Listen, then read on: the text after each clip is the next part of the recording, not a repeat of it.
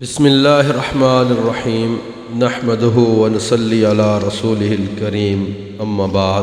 معزز سامعین، آج کا ہمارا موضوع ہے شہادت حضرت عثمان رضی اللہ عنہ۔ شہادت عثمان رضی اللہ عنہ کے ضمن میں پیش آنے والے واقعات کافی طویل ہیں، تاہم یہاں پر میں ان کا مختصراً جائزہ پیش کروں گا۔ محترم سامعین کرام، رسول اکرم صلی اللہ علیہ وآلہ وسلم کے اس دنیا میں نزول اور پھر اسلام کی دعوت نے اس دنیا کو ایک نیا رخ عطا کیا۔ اسلامی تعلیمات کی مساوات اور خود سیرت طیبہ کے کمالات کی وجہ سے اسلام کا پیغام پوری دنیا میں پہنچ چکا تھا، اور پھر بعد از وصال رسول اکرم صلی اللہ علیہ وآلہ وسلم آپ کے صحابہ اور خلفاء نے اس سلسلے میں جو خدمات پیش کیں، ان کی بدولت اس وقت کی موجودہ دنیا میں بڑی بڑی حکومتوں کے ایوان لرز گئے، اور مسلمانوں کے جذبہ جہاد اور متواتر جنگوں سے دنیا کے ایک بڑے حصے پر اسلام کی حکومت قائم ہو چکی تھی۔ یہ سلطنت اسلام آنے والے ہر دن کے ساتھ پھل پھول رہی تھی، اور اس کی یہ روز افزوں ترقی ان لوگوں کو کیسے بھا سکتی تھی جن کی حکومتیں اسلام کی وجہ سے ختم ہو چکی تھیں، یا پھر وہ لوگ جو منافق تھے، اسلام کو پسند نہیں کرتے تھے، اور خاص طور پر وہ یہودی جو روز اول سے ہی رسول اکرم صلی اللہ علیہ وآلہ وسلم کے خلاف تھے، اسلام کی اس ترقی سے کیسے خوش ہو سکتے تھے؟ لہٰذا یہ لوگ اپنی سازشوں میں مصروف رہے۔ رسول اکرم صلی اللہ علیہ وآلہ وسلم کے دور سے لے کر عمر فاروق رضی اللہ عنہ کے دور تک ان کی دال نہ گل سکی، لیکن حضرت عثمان رضی اللہ عنہ کے دور میں آپ کے مزاج کی نرمی نے انہیں شہ دلا دی۔ انہوں نے سب سے پہلے تو آپ رضی اللہ عنہ پر مختلف اعتراضات کرنے شروع کر دیے، جن میں سے کچھ اعتراضات یہ ہیں: آپ کا مختلف عہدوں پر اپنے رشتہ داروں کو تعینات کرنا، بیت المال سے اپنے رشتہ داروں کو نوازنا، اور اس کے علاوہ مختلف قسم کے فقہی الزامات لگائے گئے۔ آپ رضی اللہ عنہ نے مختلف مواقع پر ان الزامات کی تردید کی، لیکن معترضین نے آپ کی بات نہ مانی، اور ایک وقت ایسا آیا کہ ان فسادیوں نے آپ کے گھر کا گھیراؤ کر لیا۔ ان کا سرغنہ عبداللہ بن سبا یہودی تھا، اور ان لوگوں میں مصر، کوفہ اور بصرہ کے علاوہ مدینہ منورہ اور پوری مملکت سے کچھ لوگ شامل تھے۔ بڑی تعداد مصر، کوفہ اور بصرہ کے لوگوں کی تھی۔ آپ کے گھر کا گھیراؤ کرنے سے پہلے وہ تمام ملک میں آپ کے خلاف سازشیں کر چکے تھے، اور اپنے اعتراضات کو لوگوں کے سامنے پیش کر چکے تھے، اور عام لوگوں کو مختلف طرح سے ورغلا چکے تھے، اور اس کے علاوہ مختلف صحابہ کرام کے پاس آ کر انہیں بھی اپنے اعتراضات کے بارے میں بتایا، اور انہیں کہا کہ ہمیں عثمان رضی اللہ عنہ کی خلافت منظور نہیں، لہٰذا عثمان رضی اللہ عنہ کو ہٹا کر حضرت علی کو خلیفہ بنانا چاہیے۔ تاہم حضرت علی رضی اللہ عنہ اور باقی صحابہ کرام نے بھی ان کو برا بلا کہہ کر واپس بھجوا دیا۔ بالآخر انہوں نے ایک بہت بڑی سازش تیار کی، اور یہ لوگ 3 ٹولیوں کی صورت میں مصر، کوفہ اور بصرہ سے مدینہ کی طرف آئے، اور مدینہ کے باہر کچھ دور انہوں نے اپنا ٹھکانہ بنا لیا۔ اس وقت حج کا موسم قریب تھا، زیادہ سے زیادہ لوگ حج پہ جانے کی تیاریوں میں مصروف تھے،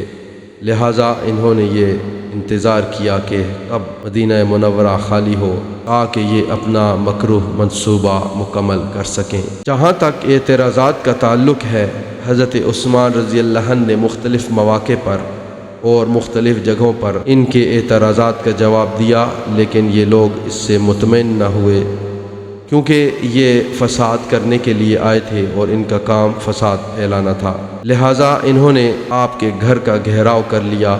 شروع میں تو انہوں نے آپ سے کوئی اعراض نہ کیا، اور آپ رضی اللہ عنہ مسجد میں آتے جاتے رہے، لیکن وقت کے ساتھ ساتھ انہوں نے گھیرا تنگ کر دیا اور گھیراؤ میں شدت اختیار کی، اور آپ کو گھر سے باہر نہیں آنے دیا، اور اسی طرح آپ کے لیے بنیادی ضروریات کو بھی بند کر دیا، حتیٰ کہ پانی بھی بند کر دیا، اور اگر کوئی صحابی باہر سے پانی لے کر آتے تو یہ بلوائی ان کو آگے نہ جانے دیتے۔ معزز سامعین، اگر عثمان رضی اللہ عنہ چاہتے تو ان بلوائیوں کا سر کچل سکتے تھے، لیکن آپ امت میں کسی قسم کا اختلاف پیدا نہیں کرنا چاہتے تھے، اور نہ یہ چاہتے تھے کہ ان کے ہاتھ سے رسول اکرم صلی اللہ علیہ وآلہ وسلم کی امت کا کوئی آدمی قتل ہو۔ لہٰذا صحابہ کرام کے اصرار کے باوجود آپ نے ہتھیاروں کا استعمال منع کر دیا، اور شہادت سے کچھ دن پہلے آپ چھت پر چڑھ کر ان بلوائیوں سے مخاطب ہوئے، اور آپ نے ایک ایک کر کے اپنی خدمات گنوائیں اور ان سے پوچھا کہ کیا تم نہیں سمجھتے کہ میں اسلام کے لیے اور تم لوگوں کے لیے کتنا مخلص رہا ہوں؟ انہوں نے آپ کی خدمات کو تو مانا، لیکن آپ کی خلافت کے خلاف رہے۔ شہادت کے وقت کے قریب آپ نے باغیوں سے یہ بھی فرمایا، تم مجھے قتل کرنا چاہتے ہو، تمہارے پاس اس کا کیا جواز ہے؟ میں نے تو اسلام سے پہلے بھی کبھی شراب نہیں پی، زنا نہیں کیا، کسی کو قتل نہیں کیا۔ یاد رکھو، اگر تم نے مجھے قتل کر دیا تو پھر اس کے بعد کبھی تم میں باہم محبت نہیں رہے گی، تم ہمیشہ آپس میں لڑتے ہی رہو گے، تمہاری اجتماعیت ختم ہو جائے گی۔ ان لوگوں پر آپ کی باتوں کا کوئی بھی اثر نہ ہوا۔ اس وقت حالات بہت نازک ہو چکے تھے۔ وجہ یہ تھی کہ حضرت عثمان رضی اللہ عنہ باغیوں سے فرما چکے تھے کہ وہ کسی صورت کسی شخص کو بھی یہ اجازت نہیں دیں گے کہ ان کی طرف سے جنگ کریں۔ وہاں اس وقت جتنے بھی جان نثار موجود تھے، ان سب نے بار بار یہ درخواست کی تھی کہ ہمیں باغیوں سے جنگ کرنے کی اجازت دی جائے، لیکن آپ نے انہیں اجازت نہیں دی۔ اس طرح باغیوں کو یہ اطمینان حاصل تھا کہ ان پر تو حملہ ہوگا نہیں۔ دوسری طرف حج کے دن ختم ہونے کو تھے، اہل مدینہ اور دوسرے لوگ وہاں پہنچنے والے تھے۔ اس بنا پر باغیوں نے چاہا وہ محاصرے کو شدید سے شدید کر دیں اور امیر المؤمنین پر زیادہ سے زیادہ دباؤ ڈالیں اور ان سے خلافت چھوڑنے کا اعلان کرا لیں۔ چنانچہ اب انہوں نے محاصرہ اس قدر تنگ کر دیا کہ کوئی مکان کے اندر نہیں جا سکتا تھا اور نہ مکان سے باہر آ سکتا تھا، یہاں تک کہ مکان میں پانی کا داخلہ بھی بند کر دیا۔ ام المومنین ام حبیبہ رضی اللہ عنہا کو اس بات کا علم ہوا تو آپ حضرت عثمان رضی اللہ عنہ کی مدد کے لیے آئیں، لیکن باغیوں نے انہیں بھی اندر نہ جانے دیا اور ان کے ساتھ بھی سخت گستاخی سے پیش آئے، یہاں تک کہ آپ کی سواری کے خچر کو بھی زخمی کر دیا۔ چند آدمی جو وہاں موجود تھے انہوں نے آپ کو وہاں سے نکالا۔ مدینہ منورہ میں اس وقت خوف کا عالم تھا، بہت سے کمزور اور بوڑھے اصحاب تو گوشہ نشین ہو گئے، کچھ مدینہ چھوڑ کر ادھر ادھر چلے گئے۔ آخری مرتبہ حضرت عثمان رضی اللہ عنہ نے حضرت علی رضی اللہ عنہ کو بلایا تو باغیوں نے ان کا بھی راستہ روک لیا۔ آپ نے قاصد کو اپنا عمامہ اتار کر دیا اور فرمایا، جو حالت تم دیکھ رہے ہو جا کر بیان کر دینا۔ ایسے میں خبر پہنچی کہ عراق سے حضرت عثمان رضی اللہ عنہ کی مدد کے لیے جو لوگ روانہ ہوئے تھے وہ مدینہ منورہ کے قریب پہنچ گئے ہیں، اور شام سے روانہ ہونے والے بھی مدینہ منورہ کے نزدیک وادی القرا کے نزدیک پہنچ گئے ہیں۔ ان لشکروں کے آنے کی خبر پہنچی تو جوش اور بے چینی میں اضافہ ہو گیا۔ حضرت زید بن حارث رضی اللہ عنہ مکان کے پاس آئے اور پکارے، انصار دروازے پر موجود ہیں اور عرض کرتے ہیں کہ ہم مدد کے لیے موجود ہیں، حکم فرمائے۔ حضرت عثمان رضی اللہ عنہ نے اس کے جواب میں فرمایا، اگر مقصد جنگ کرنا ہے تو میں اجازت نہیں دوں گا۔ ایک روایت کے مطابق آپ نے یہ فرمایا، میرا سب سے مددگار وہ ہوگا جو اپنا ہاتھ اور ہتھیار روکے رہے۔ حضرت ابو ہریرہ رضی اللہ عنہ نے بھی عرض کیا، امیر المومنین جنگ کی اجازت دیجیے۔ حضرت عثمان رضی اللہ عنہ نے فرمایا، ابو ہریرہ کیا تم اس بات کو پسند کرو گے کہ تم مجھے اور سب لوگوں کو قتل کر دو؟ حضرت ابو ہریرہ رضی اللہ عنہ نے جواب دیا، نہیں۔ ادھر جتنا وقت گزرتا جا رہا تھا، حضرت عثمان رضی اللہ عنہ کو حضور نبی کریم صلی اللہ علیہ وآلہ وسلم کی پیش گوئیوں کی روشنی میں اپنی شہادت کا یقین ہو چلا تھا، اور آپ نے اپنی شہادت کی تیاری شروع کر دی تھی۔ چنانچہ جس دن یہ سانحہ پیش آیا، اس روز آپ نے روزہ رکھا، وہ دن جمعے کا تھا۔ آپ پر اس حالت میں نیند کی کیفیت طاری ہو گئی۔ اس کیفیت سے ہوشیار ہوئے تو فرمایا، میں نے نیم خوابی کے عالم میں رسول اللہ صلی اللہ علیہ وآلہ وسلم اور حضرت ابو بکر و عمر رضی اللہ عنہ کو دیکھا ہے۔ آپ فرما رہے تھے، عثمان آج کا روزہ تم ہمارے ساتھ افطار کرنا۔ اس روز آپ روزے سے تو تھے ہی، آپ نے 20 غلام بھی آزاد فرمائے۔ آپ کے پاس ایک پاجامہ تھا، اس پاجامے کو آپ نے کبھی نہیں پہنا تھا، اس روز وہ پاجامہ آپ نے پہنا۔ آپ اپنے جانثاروں کو ہتھیار اٹھانے سے منع کر چکے تھے، لیکن باغیوں نے جب مدینے کے نزدیک لشکروں کی آمد کی خبر سنی تو وہ مارے غصے کے آپے سے باہر ہو گئے، آپ کے مکان کے دروازے کی طرف بڑھے اور اس کو آگ لگا دی۔ اندر جو حضرات موجود تھے باہر نکل آئے، ان کی فسادیوں سے جھڑپ ہوئی۔ اس جھڑپ میں حضرت عبداللہ بن زبیر رضی اللہ عنہ اور مروان بن حکم زخمی ہوئے، کچھ لوگ شہید بھی ہوئے۔ آپ کے مکان کے پڑوس میں حضرت عمرو بن حزم رضی اللہ عنہ کا مکان تھا۔ اس مکان کی ایک کھڑکی حضرت عثمان رضی اللہ عنہ کے مکان میں کھلتی تھی۔ دروازے پر جب یہ جھڑپ ہوئی تو فسادیوں میں سے کچھ اس کھڑکی کے ذریعے اندر گھس آئے، اور وہ وقت عصر کے بعد کا تھا۔ آپ کی زوجہ محترمہ حضرت نائلہ آپ کے پاس بیٹھی تھیں۔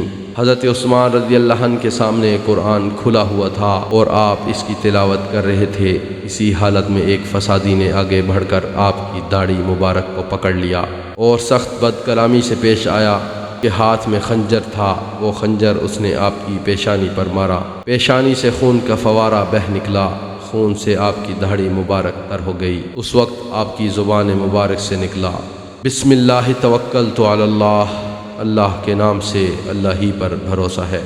ساتھ ہی آپ بائیں کروٹ گر گئے۔ قرآن مجید آپ کے سامنے کھلا ہوا تھا۔ آپ اس وقت سورہ بقرہ کی تلاوت کر رہے تھے۔ پیشانی سے نکل کر خون داڑھی تک آیا اور داڑھی سے قرآن کریم پر بہنے لگا، یہاں تک کہ اس آیت مبارکہ پر پہنچ کر رک گیا، فَسَيَكْفِيكَهُمُ اللَّهُ وَهُوَ السَّمِيعُ الْعَلِيمُ۔ بس ان قریب اللہ تعالیٰ ان لوگوں سے آپ کو بے نیاز کر دے گا اور وہی سننے والا اور جاننے والا ہے۔ اب سب مل کر آپ پر ٹوٹ پڑے۔ کناتا بن بشر بن عطاب نے لوہے کی سلاخ ماری، سودان بن حمران نے تلوار کا وار کیا اور عمرو بن حمک نے سینے پر بیٹھ کر نیزے کے مسلسل کئی وار کیے۔ اس کے ساتھ ہی آپ کی روح جسم مبارک سے جدا ہو گئی۔ انا للہ و انا الیہ راجعون۔ آپ کی اہلیہ حضرت نائلہ نے آپ پر جھک کر سودان بن حمران کی تلوار کا وار روکنا چاہا تو ان کے ہاتھ کی انگلیاں کٹ گئیں۔ اس کے بعد ان قاتلوں نے گھر میں لوٹ مار کی، جس کے ہاتھ جو چیز آئی اٹھائی اور چلتا بنا۔ یہ پرہول سانحہ عصر اور مغرب کے درمیان جمعہ کے روز 18 ذی الحجہ سن 35 ہجری کو ہوا۔ باغیوں کی وجہ سے پورے شہر مدینہ میں خوف پھیل گیا تھا۔ ایک طرح سے پورا شہر ان بلوائیوں کے قبضے میں تھا۔ لوگوں نے اپنے گھروں کے دروازے بند کر لیے تھے، بلوائی شہر میں دن دناتے پھر رہے تھے۔ معزز سامعین، یہ تھا واقعہ شہادت حضرت عثمان رضی اللہ عنہ، جو کہ ایک نہایت پرسوز اور پردرد واقعہ تھا، جس پر جتنا افسوس کیا جائے کم ہے۔ تاہم آپ کی شہادت سے عالم اسلام کو ایک عظیم نقصان پہنچا۔ جیسا کہ آپ نے لوگوں سے کہا تھا، مجھے قتل کرنے کے بعد آپ لوگ کبھی اکٹھے نہیں ہو سکو گے، تو آپ کے بعد اسلامی حکومت اور اسلامی سلطنت کے اندر وہ دراڑیں پڑیں کہ جن کا خمیازہ اسلام بعد میں بھی بھگتتا رہا۔ اللہ تعالیٰ آپ پر اور آپ کی آل پر کروڑہ رحمتیں نازل کرے۔ معزز سامعین، آج کے لیے اتنا ہی، باقی آئندہ ایک ساتھ میں۔ جزاک اللہ خیر۔